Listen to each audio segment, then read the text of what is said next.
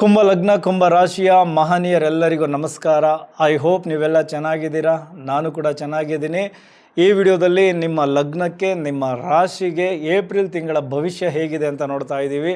As usual ತಿಂಗಳ ಭವಿಷ್ಯವನ್ನು ನೋಡಬೇಕಾದ್ರೆ ಗ್ರಹಗಳ ಪ್ಲೇಸ್ಮೆಂಟ್ ಬಹಳ ಮುಖ್ಯ ಆಗುತ್ತೆ. ಗ್ರಹಗಳು ಬದಲಾದಂತೆ ನಿಮ್ಮ ಬದುಕಿನಲ್ಲೂ ಹಲವಾರು ಬದಲಾವಣೆಗಳನ್ನು ತಂದುಕೊಡ್ತಾರೆ. ಸೊ ನಿಮಗೆ ಮಾರ್ಚ್ ತಿಂಗಳಲ್ಲಿ ನಿಮ್ಮ ಲಗ್ನದಲ್ಲಿಯೇ ಅಂಗಾರಕ ಯೋಗ ಸೃಷ್ಟಿಯಾಗಿತ್ತು. ರಾಹು ಮತ್ತು ಕುಜನ ಒಂದು ಕಾಂಬಿನೇಷನ್ನಿಂದ ಇದರ ಎಫೆಕ್ಟ್ ಹೇಗಿತ್ತು ಅನ್ನೋದು ನಿಮಗೂ ಕೂಡ ಗೊತ್ತಾಗಿದೆ. ಸೊ ಯುದ್ಧ ನಡೀತಾ ಇದೆ. ಈ ವಿಮಾನಯಾನದಲ್ಲಿ ಸಾಕಷ್ಟು ತೊಂದರೆಗಳಾಯಿತು. ಬೆಂಕಿಯ ಅನಾಹುತಗಳು ಎದುರಾದವು, ಆಕ್ಸಿಡೆಂಟ್ಗಳು ಎದುರಾದವು. ಸೊ ಈ ಕೈಕಾಲು ಗಾಯ ಆಗೋದು ಇದೆಲ್ಲ ಜಾಸ್ತಿ ಆಗಿರುತ್ತೆ ಎಲ್ಲರಿಗೂ. ಸೊ ಇರಲಿ, ಅದರ ಜೊತೆಗೆ ಈಗ ನಿಮ್ಮ ಲಗ್ನದಲ್ಲಿಯೇ ಈ ಒಂದು ಯೋಗ ಕ್ರಿಯೇಟ್ ಆಗಿ ಸ್ವಲ್ಪ ಬಿಡುಗಡೆ ಆಗುವಂತಹ ಸಮಯ ಯಾವುದಪ್ಪ ಅಂದರೆ ಈಗ ಏಪ್ರಿಲ್ ತಿಂಗಳು. ಏನಕ್ಕೆ ಅಂದರೆ ಏಪ್ರಿಲ್ ತಿಂಗಳಲ್ಲಿ ನಿಮ್ಮ ಲಗ್ನದಿಂದ ನಿಮ್ಮ ಧನಸ್ಥಾನಕ್ಕೆ 2ನೇ ಮನೆಗೆ ಕುಜ ಎಂಟ್ರಿ ಆಗ್ತಾ ಇದ್ದಾರೆ ಏಪ್ರಿಲ್ 3ನೇ ತಾರೀಕು. ಅದೇ ರೀತಿ ನಿಮ್ಮ ಒಂದು ರಾಶಿಯಲ್ಲಿ ಬುಧ ಏನು ವಕ್ರಗತಿಯಲ್ಲಿದ್ದರು ಅವರು 11ನೇ ತಾರೀಕು ಮೀನರಾಶಿಗೆ ಎಂಟ್ರಿಯನ್ನು ಪಡಿತಾರೆ. ಬುಧ ಅಲ್ಲಿ ನೀಚ ಸ್ಥಾನವನ್ನು ಪಡ್ಕೊಳ್ತಾರೆ. ಸೊ ಇದು ಕೂಡ ತುಂಬ ಇಂಪ್ಯಾಕ್ಟ್ ಆಗುತ್ತೆ ಏಪ್ರಿಲ್ ತಿಂಗಳಲ್ಲಿ. ಇನ್ನು ಅದೇ ರೀತಿ ರವಿ 15ನೇ ತಾರೀಕುವರೆಗೂ ನಿಮ್ಮ ಧನಸ್ಥಾನದಲ್ಲಿರ್ತಾರೆ. 15ನೇ ತಾರೀಕು ನಂತರ ಮೇಷರಾಶಿಗೆ ಎಂಟ್ರಿ ಆಗ್ತಾರೆ. ಸೊ ಅದು 3ನೇ ಮನೆ. ರವಿ ಅಲ್ಲಿಗೆ ಎಂಟ್ರಿ ಆದಾಗ ಸಾಕಷ್ಟು ಕ್ಷೇತ್ರಗಳಲ್ಲಿ ಸಾಕಷ್ಟು ಡೆವಲಪ್ಮೆಂಟ್ಗಳಿವೆ. ಅದನ್ನು ಹೋಗ್ತಾ ನೋಡೋಣ. ಇನ್ನು ಶುಕ್ರ ಮಾರ್ಚ್ ಕೊನೆಯ ವಾರದಲ್ಲಿಯೇ ಮೇಷರಾಶಿಗೆ ಎಂಟ್ರಿ ಆಗಿರ್ತಾರೆ. ಅಲ್ಲಿಂದ 20ನೇ ತಾರೀಕು ಅಂದರೆ ಏಪ್ರಿಲ್ 20ನೇ ತಾರೀಕು ತಮ್ಮ ಸ್ವಂತ ಮನೆ ವೃಷಭ ರಾಶಿಗೆ ಎಂಟ್ರಿಯನ್ನು ಪಡ್ಕೊಳ್ತಾರೆ. ಇದು ಪ್ರಮುಖವಾದ ಗ್ರಹಗಳ ಬದಲಾವಣೆ. ಉಳಿದಂತೆ ನಿಮ್ಮ ಲಗ್ನದಲ್ಲಿಯೇ ರಾಹು ಇನ್ನೂ ಸ್ವಲ್ಪ ದಿನ ಅಲ್ಲೇ ಇರ್ತಾರೆ. ಇದು ನಿಮಗೆ ಸ್ವಲ್ಪ ಓವರ್ ಥಿಂಕಿಂಗ್, ಸ್ವಲ್ಪ ಮಾನಸಿಕ ಗೊಂದಲ, ನಿದ್ದೆ ಬರದೇ ಇರೋದು ಇದನ್ನೆಲ್ಲ ರಾಹು ಮಾಡ್ತಾ ಇದ್ದಾರೆ. ಸೊ ತಡ್ಕೋಬೇಕು. ಡಿಸೆಂಬರ್ವರೆಗೂ ಇವರ ಪ್ರಭಾವ ಹಾಗೇ ಇರುತ್ತೆ. ಇನ್ನು ಅದಾದಮೇಲೆ 2ನೇ ಮನೆಯಲ್ಲಿ ಶನಿ ಮಹಾತ್ಮರು ಅಲ್ಲೇ ಸಂಚಾರವನ್ನು ಮಾಡ್ತಾ ಇದ್ದಾರೆ. ಸೊ 7.5ನ ಕೊನೆಯ ಭಾಗದಲ್ಲಿ ನೀವಿದ್ದೀರಾ. ಸೊ ಪರವಾಗಿಲ್ಲ, ಶನಿ ಮಹಾತ್ಮರು ಏನು ನಿಮಗೆ ದೊಡ್ಡ ಮಟ್ಟದ ತೊಂದರೆಗಳನ್ನು ಕೊಡಲ್ಲ. ನೀವು ಶಿಸ್ತನ್ನು ಕಾಪಾಡ್ಕೊಂಡು ಹೋದರೆ, ನ್ಯಾಯಯುತವಾಗಿ ನಡ್ಕೊಂಡು ಹೋದರೆ, ಹೆಚ್ಚು ಶ್ರಮವನ್ನು ಪಡ್ತಾ ಇದ್ದರೆ ಓಕೆ. ಇನ್ನು ನಿಮ್ಮ ದೇವಗುರು ಬೃಹಸ್ಪತಿಗಳು 5ನೇ ಮನೆಯಲ್ಲಿ ನೇರ ಸಂಚಾರವನ್ನು ಮಾಡ್ತಾ ಇದ್ದಾರೆ. ಇವರೇ ನಿಮಗೆ ಶ್ರೀರಕ್ಷೆಯಾಗಿರೋದು ಕಂಪ್ಲೀಟ್ ಏಪ್ರಿಲ್ ತಿಂಗಳು. ಮಾರ್ಚಿಂದನೂ ನಿಮಗೆ ಒಳ್ಳೆಯದನ್ನು ಮಾಡ್ತಾ ಇದ್ದಾರೆ. ಏಪ್ರಿಲ್ ತಿಂಗಳಲ್ಲಿ ಇನ್ನೊಂದಷ್ಟು ಒಳ್ಳೆಯದನ್ನು ನಿಮಗೋಸ್ಕರ ತರ್ತಾರೆ. ಇನ್ನು ನಿಮ್ಮ ಕಳತ್ರ ಸ್ಥಾನ, ಪಾಲುದಾರಿಕೆಯ ಸ್ಥಾನ, ಇಲ್ಲಿ ಕೇತುವಿನ ಸಂಚಾರ ಆಗ್ತಾ ಇದೆ. ಇದು ಸ್ವಲ್ಪ ಸಣ್ಣ ಮಟ್ಟದ ಕೆಲವು ಮನಸ್ತಾಪಗಳನ್ನು ಗಂಡ ಹೆಂಡತಿಯ ನಡುವೆ, ಈ ಪಾರ್ಟ್ನರ್ಶಿಪ್ ವ್ಯವಹಾರದ ನಡುವೆ ತಂದು ಕೊಟ್ಟರು. ಒಂದು ರೀತಿಯ ಬೇರೆ ಥರದ ಉಪಯೋಗಗಳನ್ನು ಕೂಡ ಕೇತು ಕೂಡ ನಿಮಗೆ ತಂದು ಕೊಡ್ತಾರೆ. ಸೊ ಅದನ್ನು ಕೂಡ ಗಮನ ಹರಿಸೋಣ. ಈಗ ಇದಿಷ್ಟು ಏಪ್ರಿಲ್ ತಿಂಗಳಲ್ಲಿ ನಡೆಯುತ್ತಾ ಇರುವ ಗ್ರಹಗಳ ಬದಲಾವಣೆ ಮತ್ತು ಗ್ರಹಗಳ ಪ್ಲೇಸ್ಮೆಂಟ್. ಇನ್ನು ದೃಷ್ಟಿಗಳ ಲೆಕ್ಕಾಚಾರ ಹಾಕ್ಕೊಂಡಾಗ ಇನ್ನೂ ಸಾಕಷ್ಟು ವಿಚಾರಗಳನ್ನು ನಾವು ಕವರ್ ಮಾಡ್ಬೋದು. ಬಟ್ ಬೇರೆ ಬೇರೆ ವಿಚಾರಗಳನ್ನು ಮಾತನಾಡಬೇಕಾದ್ರೆ ಆ ದೃಷ್ಟಿಗಳನ್ನು ತೆಗೆದುಕೊಳ್ಳೋಣ. ಈಗ ಮೊದಲನೇದಾಗಿ ಹಣಕಾಸು ಮತ್ತು ವ್ಯಾಪಾರದ ವಿಚಾರ. ಎಸ್, ಈಗ ಹಣ ಎಲ್ಲಿ ವ್ಯಯ ಆಗುತ್ತೆ ಗೊತ್ತಾ? ಮೊದಲನೇದಾಗಿ ಏನಕ್ಕೆ ಅಂದರೆ ನಿಮ್ಮ ಧನಸ್ಥಾನಕ್ಕೆ ಕುಜ ಮತ್ತು ಶನಿ ಒಂದಾಗಿರೋದ್ರಿಂದ ನಿಮ್ಮ ಮಾತಿಂದನೇ ನೀವು ಎಷ್ಟೋ ವಿಚಾರಗಳಲ್ಲಿ ಹಣವನ್ನು ಲಾಸ್ ಮಾಡ್ಕೊಳ್ತೀರಾ. ದುಡುಕಿ ಮಾತಾಡ್ಬಿಡ್ತೀರಾ. ಕ್ಲೈಂಟ್ಸ್ಗಳ ಜೊತೆ ಸರಿಯಾಗಿ ಮಾತಾಡಲ್ಲ. ವ್ಯಾಪಾರಸ್ಥರು ನೀವು ಬರುವ ಗಿರಾಕಿಗಳ ಜೊತೆ ನಿಮ್ಮ ಮಾತಿಂದನೇ ನಿಮ್ಮ ವ್ಯವಹಾರಗಳು ಹಾಳಾಗಬೇಕು ಆ ರೀತಿ ನಡ್ಕೊಳ್ಬಿಡ್ತೀರಾ. ಸೊ ಹಾಗಾಗಿ ಮೊದಲನೇ ಎಚ್ಚರಿಕೆ ಏನಂದರೆ, ನೀವು ಏನೇ ಬಿಸ್ನೆಸ್ ಮಾಡ್ತಾಯಿರಿ, ಏನೇ ಡೀಲ್ ಮಾಡ್ತಾಯಿರಿ, ಸೊ ನಿಮ್ಮಿಂದ ಮಾತುಗಳು ತಪ್ಪಾಗಿ ಬರ್ತವೆ. ಅದಕ್ಕೆ ಕಾರಣ ಬುಧ ಕೂಡ ನೀಚ ಸ್ಥಾನದಲ್ಲಿದ್ದಾರೆ. ಜೊತೆಗೆ ಕುಜ 2ನೇ ಮನೆ ವಾಕ್ಸ್ಥಾನಕ್ಕೆ ಬಂದು ಕೂತಿದ್ದಾರೆ. ಅಲ್ಲಿ ಶನಿ ಮಹಾತ್ಮರಿದ್ದಾರೆ. ನಿಮ್ಮ ಮಾತಿನಲ್ಲಿ ಮೊದಲನೇದಾಗಿ ಎಚ್ಚರಿಕೆ ಎಲ್ಲ ಕ್ಷೇತ್ರದವ್ರಿಗೂ ಇರಲೇಬೇಕು. ಇದರ ಜೊತೆಗೆ ಆಸ್ತಿ ಮತ್ತು ಹಣದ ವಿಚಾರವಾಗಿ ತುಂಬ ಕಿತ್ತಾಟಗಳು ನಿಮಗೆ ಎದುರಾಗುತ್ತೆ. ಅದು ಸಂಬಂಧಗಳ ಜೊತೆ ಇರ್ಬೋದು, ಅಥವಾ ನೀವು ವ್ಯಾಪಾರ ಮಾಡುವಂತಹ ಜಾಗದಲ್ಲಿರ್ಬೋದು, ಪಾರ್ಟ್ನರ್ಶಿಪ್ಪಲ್ಲಿರ್ಬೋದು. ಒಟ್ಟಾರೆ ಈ ಹಣ ಮತ್ತು ಆಸ್ತಿಯ ವಿಚಾರಕ್ಕೆ ಸಂಬಂಧಪಟ್ಟಂತೆ ಕಿತ್ತಾಟಗಳು ಹೆಚ್ಚಾಗುತ್ತೆ. ಇನ್ನು ಮನೆಗೆ ಸಂಬಂಧಪಟ್ಟಂತಹ ಖರ್ಚುಗಳು ಜಾಸ್ತಿ ಆಗುತ್ತೆ. ವಾಹನದ ರಿಪೇರಿಯ ಖರ್ಚುಗಳು ಬಂದು ಹಣ ನೀರಿನಂತೆ ನಿಮಗೆ ಖರ್ಚಾಗುತ್ತೆ. ಇದಲ್ಲದೆ ಯಾರೋ ಬಂದು ನಿಮ್ಮ ಹತ್ರ ಎಮೋಷ್ನಲ್ಲಾಗಿ ಮಾತಾಡ್ತಾರೆ. ಅವರ ಎಮೋಷ್ನಲ್ ಮಾತಿಗೆ ನೀವು ಕರಗಿ ದುಡ್ಡನ್ನು ಕೊಟ್ಬಿಡ್ತೀರಾ. ದುಡ್ಡು ಕೊಟ್ಟ ತಕ್ಷಣ ಅವರು ನಿಮ್ಮನ್ನು ಬಿಟ್ಬಿಡ್ತಾರೆ, ನಿಮ್ಗೆ ವಾಪಸ್ ದುಡ್ಡು ಕೊಡೋದನ್ನು ಮರ್ತು ಬಿಡ್ತಾರೆ. ಸೊ ಹಾಗಾಗಿ ಈ ರೀತಿಯೂ ಕೂಡ ಹಣ ಪೋಲಾಗಬಹುದು. ಯಾರೇ ಬಂದು ನಿಮ್ಮ ಹತ್ರ ಎಮೋಷ್ನಲ್ ಆಗಿ ನಡ್ಕೊಂಡ್ರೆ ನೀವು ಕರ್ಗಕ್ಕೆ ಹೋಗಬೇಡಿ. ಯಾಕೆಂದರೆ ಈ ತಿಂಗಳು ನಿಮಗೆ ಹಣ ಆ ರೀತಿ ಲಾಸ್ ಆಗಬೇಕು ಅಂತ ಇದೆ. ಇಲ್ಲಿ ನಿಮಗೆ ದೇವಗುರು 5ನೇ ಮನೆಯಲ್ಲಿ ಸಂಚಾರ ಮಾಡ್ತಾ ಇರೋದ್ರಿಂದ ಅವರು ಸ್ವಲ್ಪ ಬೆನಿಫಿಟನ್ನು ಕೊಡ್ತಾ ಇದ್ದಾರೆ. ಮೊದಲನೇದಾಗಿ ಪೆಂಡಿಂಗ್ ಇದ್ದಂತಹ ಬಿಲ್ಸ್ಗಳೆಲ್ಲ ಕ್ಲಿಯರ್ ಆಗುತ್ತೆ, ಅಥವಾ ಪೂರ್ವಜರ ಆಸ್ತಿ ಯಾವುದಾದ್ರು ನಿಮ್ಮ ಕೈ ಸೇರಬೇಕಾಗಿತ್ತು ಅದು ನಿಮ್ಮ ಕೈ ಸೇರುವ ರೀತಿ ಮಾಡ್ತಾರೆ. ಈ PF ಇನ್ಶೂರೆನ್ಸ್ ಈ ಥರದ ಹಣಗಳು ಮೆಚುರಿಟಿ ಪಡ್ಕೊಂಡು ಅವು ಕೂಡ ನಿಮ್ಮ ಬಂದು ಸೇರಬಹುದು, ನಿಮ್ಮ ಬ್ಯಾಂಕ್ ಬ್ಯಾಲೆನ್ಸನ್ನು ಜಾಸ್ತಿ ಮಾಡ್ತವೆ. ಇನ್ನು ಉಳಿದಂತೆ ಎಲ್ಲ ಕ್ಷೇತ್ರದವರು ಏನೇನು ಬಿಸ್ನೆಸ್ ಮಾಡ್ತಾ ಇದ್ದೀರಾ, ಏನೇನು ಕಂಪ್ನಿ ನಡೆಸ್ತಾ ಇದ್ದೀರಾ, ಬಹಳ ಎಚ್ಚರಿಕೆಯಿಂದ ಇರಿ. ಅದು ಮಾರ್ಚ್ ತಿಂಗಳಲ್ಲೂ ಇತ್ತು, ಈಗ ಏಪ್ರಿಲ್ ತಿಂಗಳಲ್ಲೂ ಕೂಡ ಅದೇ ರೀತಿ ಇರುತ್ತೆ. ಇದು ಬುಧನ ಪ್ರಭಾವ. ಮಾರ್ಚ್ ತಿಂಗಳಲ್ಲಿ ವಕ್ರ ಸಂಚಾರ, ಈಗ ನೀಚ ಸ್ಥಾನ. ಸೊ ಇದರಿಂದ ಏನಪ್ಪ ಅಂದರೆ ಕಮ್ಯುನಿಕೇಷನ್ ಸ್ವಲ್ಪ ರಾಂಗ್ ಆಗುತ್ತೆ. ಕ್ಲೈಂಟ್ಸ್ ಜೊತೆ ಮಾತನಾಡಬೇಕಾದ್ರೆ ನಿಮ್ಮ ಮಾತುಗಳು ಸರಿಯಾಗಿರೋದಿಲ್ಲ, ಅದರಿಂದ ನಿಮ್ಮ ವ್ಯವಹಾರಗಳು ಹಾಳಾಗುತ್ತೆ. ಅದರ ಜೊತೆಗೆ 7ನೇ ಮನೆ ಪಾರ್ಟ್ನರ್ಶಿಪ್ ವ್ಯವಹಾರವು ಕೂಡ ತುಂಬ ಚೆನ್ನಾಗಿರಲ್ಲ. ಏನೋ ಒಂದು ಮಿಸ್ಅಂಡರ್ಸ್ಟ್ಯಾಂಡಿಂಗ್ ಕ್ರಿಯೇಟ್ ಆಗುತ್ತೆ. ಹಣಕ್ಕೆ ಸಂಬಂಧಪಟ್ಟಂತಹ ವಿಚಾರಗಳಲ್ಲಿ ಗಲಾಟೆಗಳು ಜಾಸ್ತಿ ಆಗುತ್ತೆ. ಹಾಗಾಗಿ ಈ ಕಂಪನಿಯ ವ್ಯವಹಾರದಲ್ಲಿ ಯಾರ್ಯಾರು ತೊಡಸ್ಕೊಂಡಿದ್ದೀರಾ ನೀವು ಈಗ ನಿಮ್ಮ ಬ್ರ್ಯಾಂಡಿಂಗ್ ಕಡೆ ಗಮನ ಕೊಡಿ. ಇನ್ನು ಅದೇ ರೀತಿ ನೀವು ಗೌರ್ಮೆಂಟ್ ಪ್ರಾಜೆಕ್ಟ್ಸ್ಗಳಿಗೆ ಏನಾದರೂ ಓಡಾಡ್ತಾ ಇದ್ದರೆ ಅದಕ್ಕೆ ಅಪ್ರೂವಲ್ 15ರ ನಂತರ ಸಿಗುತ್ತೆ. ಪೆಂಡಿಂಗ್ ಇದ್ದರೆ ಬಿಲ್ಗಳು ಕೂಡ 15ರ ನಂತರ ಆಗುತ್ತೆ. ಸೊ ಓವರಾಲ್ ಇದು ಹಣಕಾಸು ಮತ್ತು ವ್ಯಾಪಾರಕ್ಕೆ ಸಂಬಂಧಪಟ್ಟಂತಹ ವಿಚಾರಗಳಲ್ಲಿ ಕುಂಭ ಲಗ್ನ ಕುಂಭ ರಾಶಿಯವರೆಗೆ ಈ ರೀತಿಯ ವಿಚಾರಗಳು ಎದುರಾಗ್ತಾ ಇದೆ. ಸ್ವಲ್ಪ ನೀವು ಎಚ್ಚರಿಕೆಗಳನ್ನು ತೆಗೆದುಕೊಳ್ಬೇಕು. ಮೊದಲ 15 ದಿನ, ನಂತರದ 15 ದಿನ ಸ್ವಲ್ಪ ರವಿ ಮತ್ತು ಗುರು ನಿಮಗೆ ಸಪೋರ್ಟ್ ಮಾಡ್ತಾರೆ. ಅದನ್ನು ಸರಿಯಾಗಿ ಬಳಸ್ಕೊಂಡ್ರೆ ನಿಮ್ಮ ಬ್ಯಾಂಕ್ ಬ್ಯಾಲೆನ್ಸ್ಡ್ ಆಗೇ ಇರುತ್ತೆ. ಈಗ ನಮ್ಮ ಇನ್ನೊಂದು ಆಸ್ತಿ ಅದು ಆರೋಗ್ಯ ಅಂತ ಬಂದಾಗ ನಮ್ಮ ಲಗ್ನ 6ನೇ ಮನೆ, 8ನೇ ಮನೆ, 12ನೇ ಮನೆ ಬಹಳ ಪ್ರಮುಖ ಆಗುತ್ತೆ. ನಿಮ್ಮ ಲಗ್ನದಲ್ಲಿಯೇ ರಾಹುವಿನ ಸಂಚಾರ ಆಗ್ತಾ ಇದೆ. ಇದರಿಂದ ಸ್ವಲ್ಪ ಓವರ್ ಥಿಂಕಿಂಗ್ ಜಾಸ್ತಿ ಆಗಿದೆ. ಅಯ್ಯೋ ನಾಳೆ ಏನಾಗುತ್ತೆ, ದುಡ್ಡು ಹೆಂಗೆ ಹೊಂದಿಸೋದು, ನಮ್ಮ ಕೈಲಿ ಸಾಧ್ಯ ಆಗುತ್ತಾ? ಸೊ ಈ ಥರದ ಆಲೋಚನೆಗಳನ್ನು ನೀವು ಮೈಂಡಿಗೆ ತಗೊಂಡಿದ್ದೀರಾ. ಇದರಿಂದ ಆತಂಕ ಜಾಸ್ತಿ ಆಗ್ತಾ ಇದೆ, ಆಂಗ್ಸೈಟಿ ಜಾಸ್ತಿ ಆಗ್ತಾ ಇದೆ. ಸೊ ಇದನ್ನು ಸ್ವಲ್ಪ ಕಡಿಮೆ ಮಾಡ್ಕೊಳ್ಳಿ. ನೆಗೆಟಿವ್ ಥಿಂಕಿಂಗನ್ನು ಕಡಿಮೆ ಮಾಡಿ, ಸ್ವಲ್ಪ ಪಾಸಿಟಿವ್ ಆಗಿ ಯೋಚನೆ ಮಾಡೋಕ್ಕೆ ಶುರು ಮಾಡಿ. ಎಲ್ಲವೂ ಸರಿ ಹೋಗುತ್ತೆ. ಇದಕ್ಕೆ ಕಾರಣ ರಾಹು. ಸೊ ನಿಮಗೆ ನಿದ್ದೆಯನ್ನು ಸರಿಯಾಗಿ ಕೊಡ್ತಾ ಇಲ್ಲ, ಲಗ್ನದಲ್ಲಿ ಕುಂತಿದ್ದಾರೆ ಸಾಕಷ್ಟು ದಿನದಿಂದ ಇದೆ. ಇದು ಏಪ್ರಿಲಲ್ಲ, ಮಾರ್ಚ್ ಅಲ್ಲ, ಫೆಬ್ ಅಲ್ಲ, ಜನವರಿ ಅಲ್ಲ. ರಾಹು ಯಾವಾಗ ಬಂದು ಅಲ್ಲಿ ಕೂತ್ಕೊಂಡ್ರಲ್ಲ ಆಗ್ಲಿಂದ ಇದೆ, ಹೋಗುತ್ತೆ. ಸೊ ಅವರು ಪ್ಲೇಸ್ ಚೇಂಜ್ ಮಾಡ್ತಾರೆ. ಸ್ವಲ್ಪ ತಾಳ್ಮೆಯಿಂದ ಎಲ್ಲವನ್ನು ಕಾಯಬೇಕು. ತಾಳ್ಮೆಯಿಂದಲೇ ನಾವು ಎಲ್ಲವನ್ನು ಎದುರಿಸ್ಬೇಕು. ಓಕೆ. ಸೊ ಹಾಗಾಗಿ ಈಗ ಓವರ್ ಥಿಂಕಿಂಗ್ ಮಾಡೋದನ್ನು ಕಡಿಮೆ ಮಾಡಿ, ನೆಗೆಟಿವ್ ಆಗಿ ಏನನ್ನೂ ನೋಡೋಕ್ಕೆ ಹೋಗಬೇಡಿ, ಏನನ್ನೂ ಯೋಚಿಸಬೇಡಿ. B positive. ಇದರ ಜೊತೆಗೆ ಏಪ್ರಿಲ್ ತಿಂಗಳಲ್ಲಿ ಪ್ರಮುಖವಾಗಿ ನಿಮಗೆ ಕಾಡುವಂತಹ ಆರೋಗ್ಯದ ಸಮಸ್ಯೆ ಅಂದರೆ ಅದು 2ನೇ ಮನೆಗೆ ಸಂಬಂಧಪಟ್ಟಿದ್ದು. ಯಾಕೆಂದರೆ 2ನೇ ಮನೆಯಲ್ಲಿ ಬುಧ ನೀಚ ಸ್ಥಾನ, ಅದರ ಜೊತೆಗೆ ಕುಜ ಮತ್ತು ಶನಿಯ ಯುತಿ. 2ನೇ ಮನೆ ಅಂದರೆ ನಮ್ಮ ಬಾಯಿ. ಸೊ ಬಾಯಿ ಹುಣ್ಣು ಜಾಸ್ತಿ ಆಗೋದು, ಈ ಹಲ್ಲಿನ ಸಮಸ್ಯೆಗಳು, ಈ ಗಂಟಲಿಗೆ ಸಂಬಂಧಪಟ್ಟಂತಹ ಸಮಸ್ಯೆಗಳು ಜಾಸ್ತಿ ಆಗೋದು, ಈ ಥರದ್ದೆಲ್ಲವೂ ಜಾಸ್ತಿ ಆಗುತ್ತೆ. ಇದರ ಜೊತೆಗೆ ವಿಪರೀತ ತಲೆನೋವು. ಬುಧ ನೀಚ ಸ್ಥಾನದಲ್ಲಿ ಇರೋದರಿಂದ, ಬುಧ ನರಮಂಡಲ ವ್ಯವಸ್ಥೆಗೆ ನಾಯಕನಾಗಿರೋದರಿಂದ ಈ ಮೈಕೈ ಸೆಳೆತ, ಕೈಕಾಲು ನೋವು ಈ ಥರದ್ದೆಲ್ಲವೂ ಜಾಸ್ತಿ ಆಗುತ್ತೆ ಹಿರಿಯ ನಾಗರಿಕರಿಗೆ. ಸೊ ನೀವು ಏನೇನು ಮೆಡಿಕೇಷನ್ ಮಾಡ್ಕೊಳ್ತಾ ಇದ್ದೀರಾ ಅದರ ಕಡೆ ಹೆಚ್ಚಿನ ಗಮನ ಕೊಡಿ, ತಪ್ಪಿಸ್ಬೇಡಿ. ಬುಧ ನೀಚನಾದರೆ ಎಲ್ಲವೂ ತಪ್ಪಿಬಿಡ್ತದೆ, ಮರೆತು ಬಿಡ್ತೀವಿ, ಇದೆಲ್ಲವೂ ಆಗುತ್ತೆ. ಮಾತ್ರೆ ತಗೊಳ್ಳೋದನ್ನು ಮರೆಯೋಕ್ಕೆ ಹೋಗಬೇಡಿ. ರೆಗ್ಯುಲರ್ ಮೆಡಿಷನ್ ಕಡೆ ಗಮನ ಕೊಡಿ. ಇನ್ನು ಡಯಾಬಿಟಿಕ್ ಈ ಥರದ ಸಮಸ್ಯೆಗಳಲ್ಲಿ ಬಳಲ್ತಾ ಇರೋರು ಅದು ಸ್ವಲ್ಪ ಮತ್ತೆ ಜಾಸ್ತಿ ಆಗಬಹುದು, ಹೆಚ್ಚಿನ ಗಮನ ಇರಲಿ. ಹಳೆಯ ಕಾಯಿಲೆಗಳು ಏನೇನು ಇದ್ದಾವೆ ಅದೆಲ್ಲ ಈಗ ಮತ್ತೆ ಸ್ವಲ್ಪ ಶನಿ 2ನೇ ಮನೆಯಲ್ಲಿ ಇರೋದ್ರಿಂದ, ಕುಜ ಅಲ್ಲಿಗೆ ಬಂದಿರೋದ್ರಿಂದ ನಿಮಗೆ ಮತ್ತೆ ಅದು ಉಲ್ಬಣಗೊಂಡು ನೋವುಗಳು ಜಾಸ್ತಿ ಆಗ್ಬೋದು. ಈ ಕಾಲಿಗೆ ಸಂಬಂಧಪಟ್ಟಂತಹ ವಿಚಾರಗಳಲ್ಲಿಯೂ ಹಿರಿಯ ನಾಗರಿಕರು ಸ್ವಲ್ಪ ಎಡವಟ್ಟುಗಳನ್ನು ಮಾಡ್ಕೋಬೋದು. ಅಂದರೆ ಮನೆಯಲ್ಲಿ ಓಡಾಡಬೇಕಾದ್ರೆ, ಹೊರಗಡೆ ಓಡಾಡಬೇಕಾದ್ರೆ ಬಿದ್ದು ಗಾಯಗಳನ್ನು ಮಾಡ್ಕೊಳ್ತಾರೆ, ಕಾಲಿಗೆ ನೋವುಗಳನ್ನು ಮಾಡ್ಕೊಳ್ತಾರೆ. ಇದರ ಕಡೆ ಹೆಚ್ಚಿನ ಗಮನ ಇರಬೇಕು. ಇನ್ನು ಕಣ್ಣಿಗೆ ಸಂಬಂಧಪಟ್ಟಂತಹ ತೊಂದರೆಗಳು ನಿಮಗೆ ತುಂಬ ದಿನದಿಂದ ಕಾಡ್ತಾ ಇದೆ. ಸೊ ಇದು ಇನ್ನೂ ಸ್ವಲ್ಪ ದಿನ ಇರುತ್ತೆ. ಬಟ್ ಡಾಕ್ಟರನ್ನು ಭೇಟಿ ಮಾಡಿ. ಯಾಕೆ ಅಂದರೆ ನಿಮಗೆ ಲಗ್ನಕ್ಕೆ ಗುರುವಿನ ದೃಷ್ಟಿ ಬಿದ್ದಿದೆ.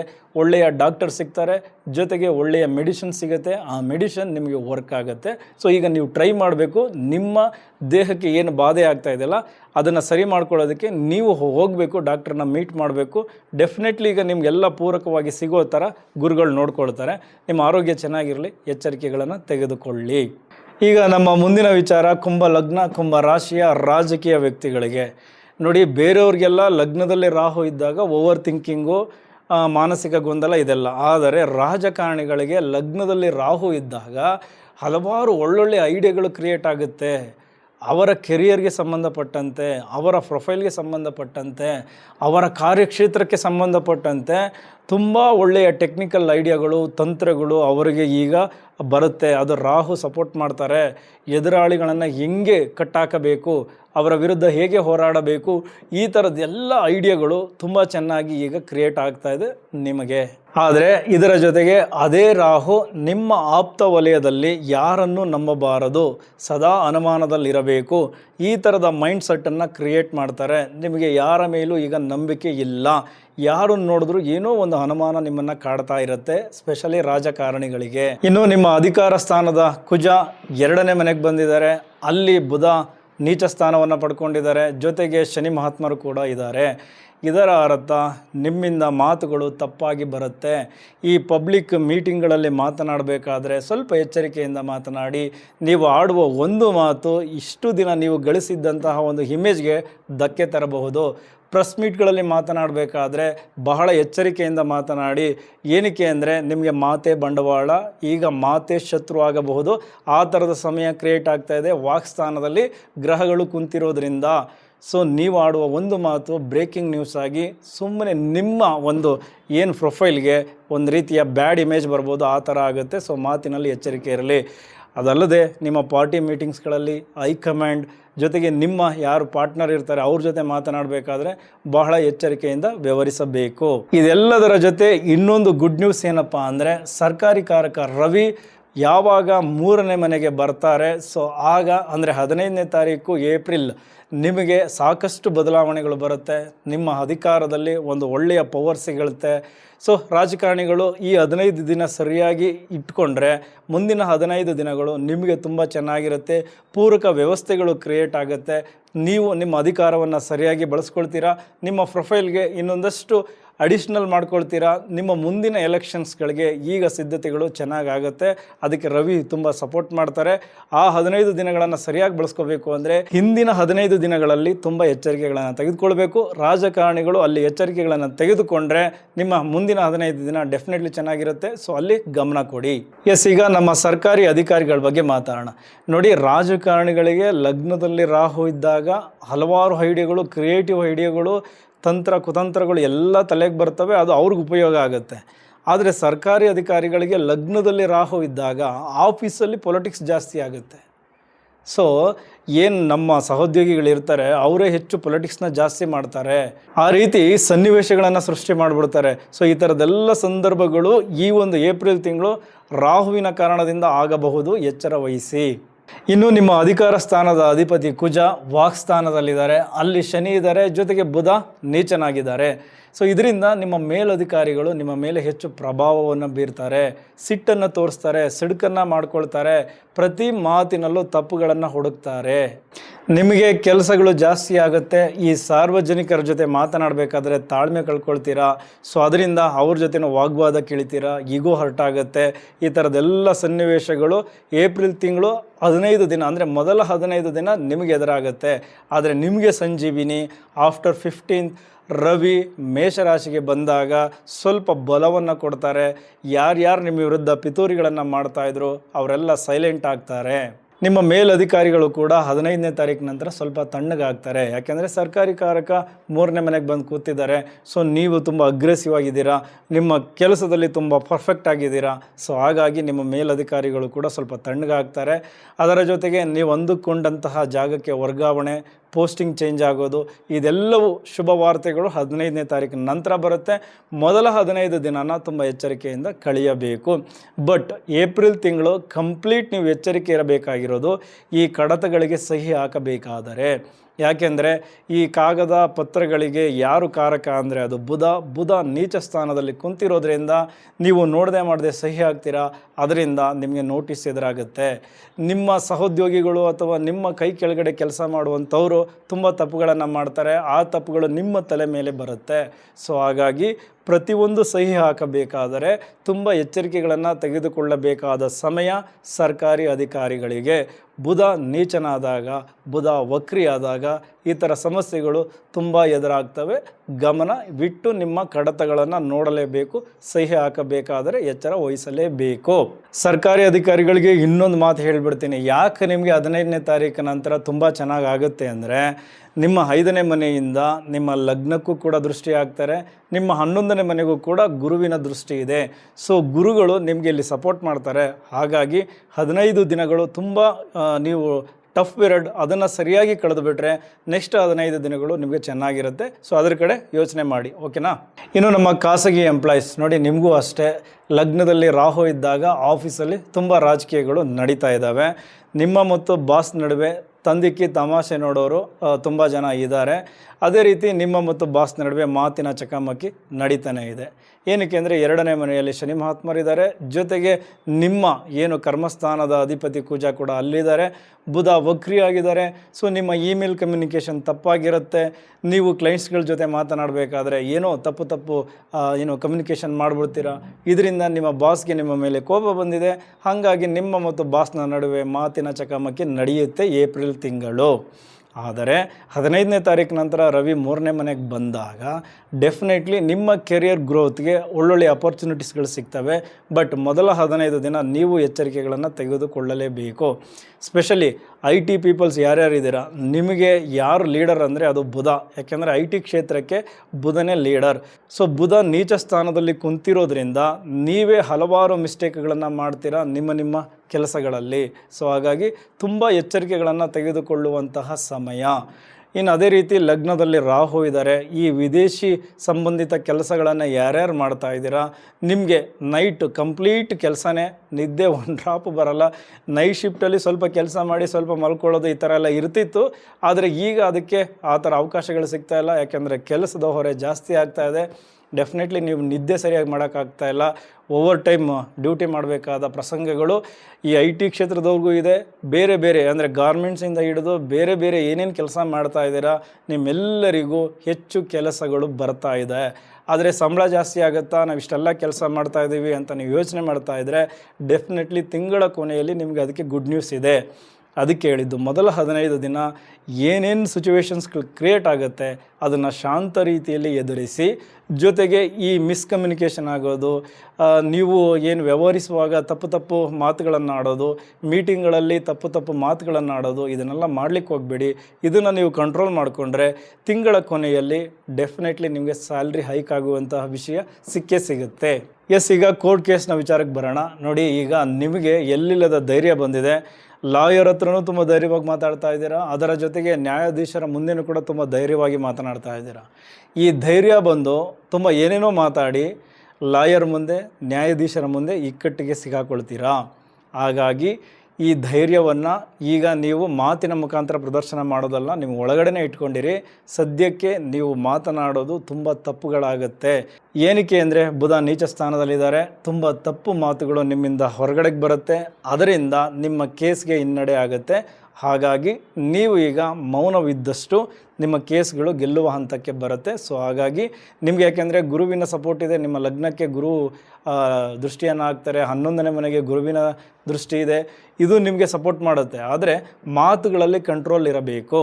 ಅದರ ಜೊತೆಗೆ ನೀವು ಏನು ರೆಡಿ ಮಾಡ್ಕೊಂಡಿದ್ದೀರಲ್ಲ ಡಾಕ್ಯುಮೆಂಟ್ಸ್, ಇದರಲ್ಲಿ ಸಣ್ಣ ಪುಟ್ಟ ಮಿಸ್ಟೇಕ್ಗಳಾಗಿರ್ತವೆ ನೋಡಿ. ಸ್ಪೆಲ್ಲಿಂಗ್ ಮಿಸ್ಟೇಕ್ ಆಗಿರ್ಬೋದು, ಅಥವಾ ಈ ಸೆಕ್ಷನ್ಸ್ಗಳನ್ನು ಹಾಕಬೇಕಾದ್ರೆ ಅಲ್ಲಿ ಮಿಸ್ಟೇಕ್ಗಳಾಗಿರ್ಬೋದು.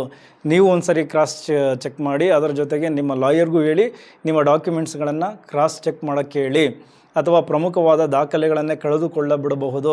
ಸೊ ಹಾಗಾಗಿ ಅದರ ಕಡೆ ಎಲ್ಲ ಸ್ವಲ್ಪ ಗಮನಗಳನ್ನು ಕೊಟ್ಟರೆ, ಈ ಮಾತಿನ ಕಡೆ ಗಮನ ಕೊಟ್ಟರೆ ಡೆಫಿನೆಟ್ಲಿ 15ನೇ ತಾರೀಕಿನ ನಂತರ ನಿಮಗೂ ಕೂಡ ಕೇಸ್ ನಿಮ್ಮ ಪರವಾಗಿ ಆಗಬಹುದು. ಆ ರೀತಿ ಆಗುತ್ತೆ. ಸೊ ಇದನ್ನು ನೀವು ಎಚ್ಚರಿಕೆಯನ್ನು ತೆಗೆದುಕೊಳ್ಳಿ, ಗಮನದಲ್ಲಿ ಇಟ್ಕೊಳ್ಳಿ.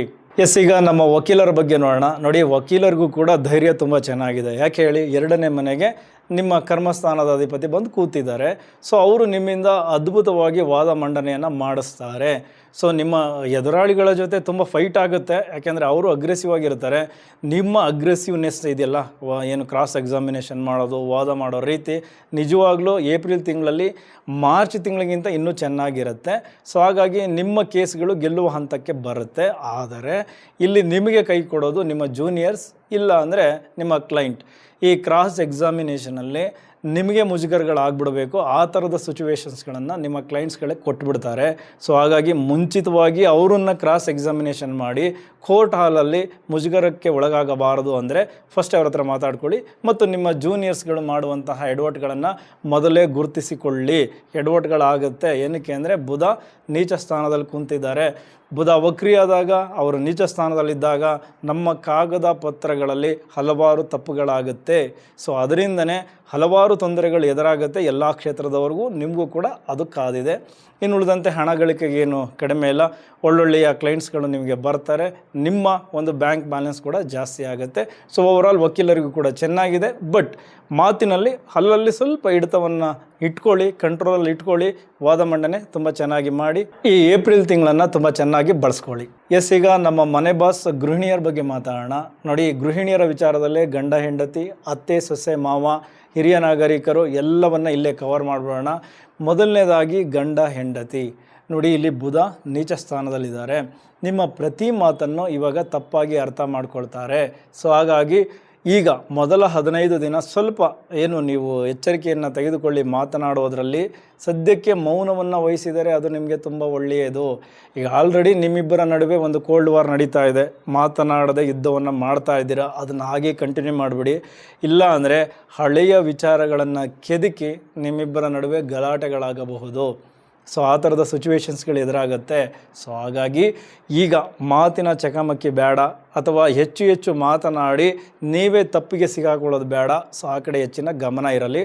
ಇನ್ನು ಕೆಲಸದ ಹೊರೆ ಜಾಸ್ತಿ ಆಗ್ತಾ ಇದೆ, ಹೆಚ್ಚು ಕೆಲಸ ಮಾಡ್ತಾ ಇದ್ದೀರಾ, ಆದರೂ ಮನೆಯಲ್ಲಿ ನಿಮಗೆ ಸಿಗಬೇಕಾದ ಮರ್ಯಾದೆ ಸಿಗ್ತಾಯಿಲ್ಲ, ಆ ಒಂದು ಬೇಸರ ಖಂಡಿತ ನಿಮಗಿದೆ. ಇನ್ನು ನಿಮ್ಮ ಅತ್ತೆ ಮಾವ ಅವರ ನಡುವೆ ಇದೆ ಈ ಬುಧನ ಕಾರಣದಿಂದ ಸ್ವಲ್ಪ ತಪ್ಪಾಗಿ ಅರ್ಥ ಮಾಡಿಕೊಂಡು ಅವರು ಮತ್ತು ನಿಮ್ಮ ನಡುವೆ ಮನಸ್ತಾಪಗಳು ಹೆಚ್ಚಾಗಬಹುದು.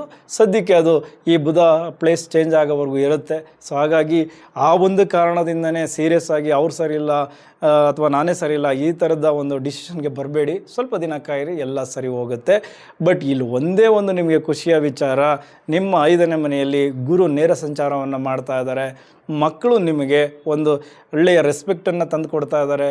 ಅವರ ಪ್ರೀತಿ ನಿಮ್ಮ ಈ ಎಲ್ಲ ನೆಗೆಟಿವಿಟಿಯನ್ನು ಕಡಿಮೆ ಮಾಡ್ತಾ ಇದೆ. ಸೊ ಅವರಿಂದ ತುಂಬ ಖುಷಿಯಾಗಿರ್ತೀರ.